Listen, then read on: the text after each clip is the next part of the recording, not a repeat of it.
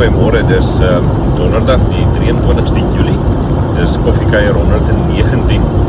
Ek en Alexander is so tussen Aberdeen en Grafrit net. En ons kon nog geen plek kry wat oop is vir koffie nie.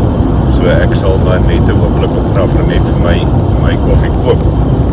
Ons is besig met 2 Thessalonisense en ons lees vanoggend hoofstuk 2 en ek gaan nie die hele gedeelte lees nie, maar ek wil regtig vra dat jy dit by jou huis ook op jou eie tyd deurlees.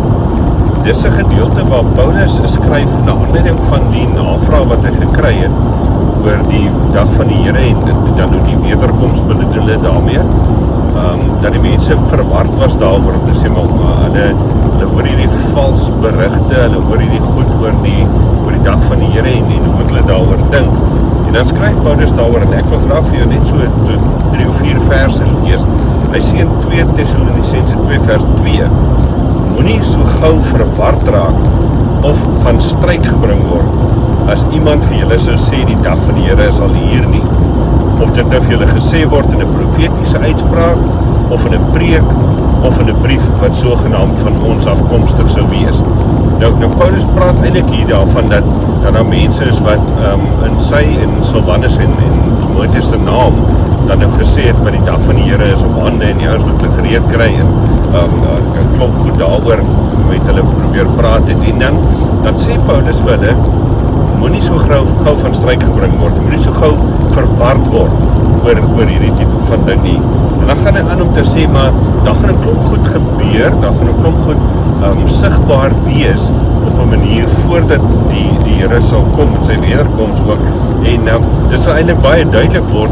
En Paulus is amper half skerp daaroor dat hy op 'n manier ook sê die wettelose mense en die ouens wat allerlei vals gerugte versprei, hulle sal ook besef dat dit verkeerd was om hierdie goed te doen en te sê.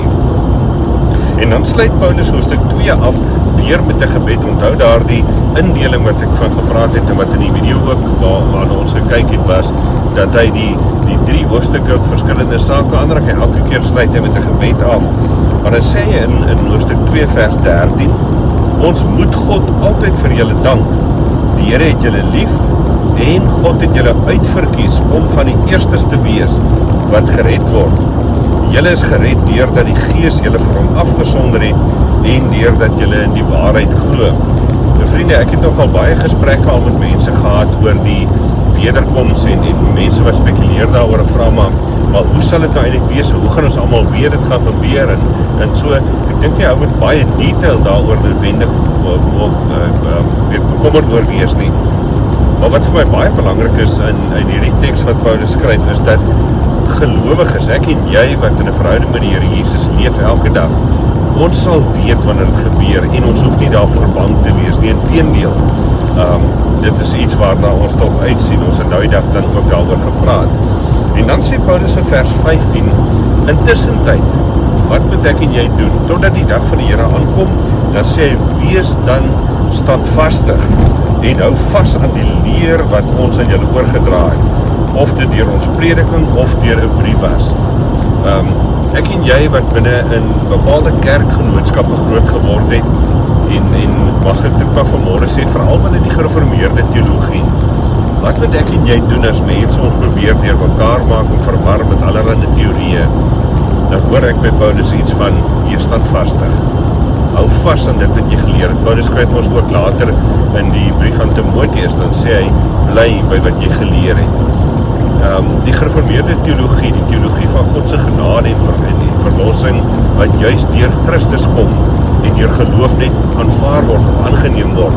Vriende, maak ons vry van 'n klomp vrese en 'n klomp bekommernisse oor goed waaroor ons in elk geval nie beheer het nie, maar wat ons regtig net in die Vader se hande kan los. En dan sê Paulus hierdie pragtige seënbede, die laaste in vers 16-17.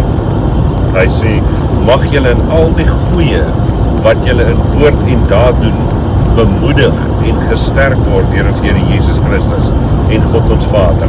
Hy het aan ons sy liefde bewys en aan ons deur sy genade 'n blywende troos en 'n goeie hoop gegee.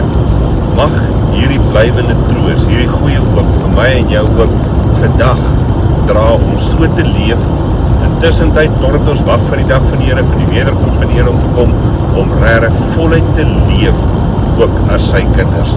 Ek gaan die kamera so 'n bietjie omdraai, terwyl ek bid, en dan kyk jy saam met my so 'n bietjie na die pad voor ons, en die son wat ook gaan opkom.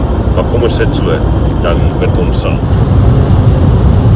Here Jesus, baie dankie dat ons ook vanoggend so kan saam wees, dat ons die woord kan oopmaak, dat ons daarin kan lees, en Vader, dat ons kan weet, dat U ook vir ons baie duidelik en baie sigbaar sal dit beleef, sal dit ervaar, wanneer U, Here Jesus, terugkom na hierdie aarde toe. Intussentyd is dit ons gebed, dat ons nie sal bekommerd wees oor 'n klomp goed nie, dat ons nie verward sal raak nie, dat ons nie allerlei vals leer en boodskappe rondom die wederkoms en U teenwoordigheid in ons lewens sal probeer glo nie, of ons daardeur sal dit verwar nie, maar dit is regtig net besig sal wees om so te leef dat U sigbaar word in ons lewens. Here, wil U vir ons bewaar vandag, wil U vir ons elke oomblik so laat leef dat U naam en U koninkryk ook sigbaar word in ons lewens. Seën vir ons, dit bid ons Here Jesus net in U naam. Amen. Vriende, ek hoop jy het 'n lekker dag. Ek moet sê, so op 'n manier het ons 'n ongelooflike lekker trip gehad, ek en Alexander, maar ek sien daarna uit om op 'n manier weer ook in my normale routine by die huis in te kom, waar ek met die tegnologie so 'n bietjie makliker kan werk, as wat dit hier op pad is. Hoe dit ook al sê, ek hoop jy het 'n mooi dag, ons is nie te ver van Graaff-Reinet af nie, dan gaan ek my koffie kry, geniet solank jou koffie, mooi loop, ons gesels môre weer.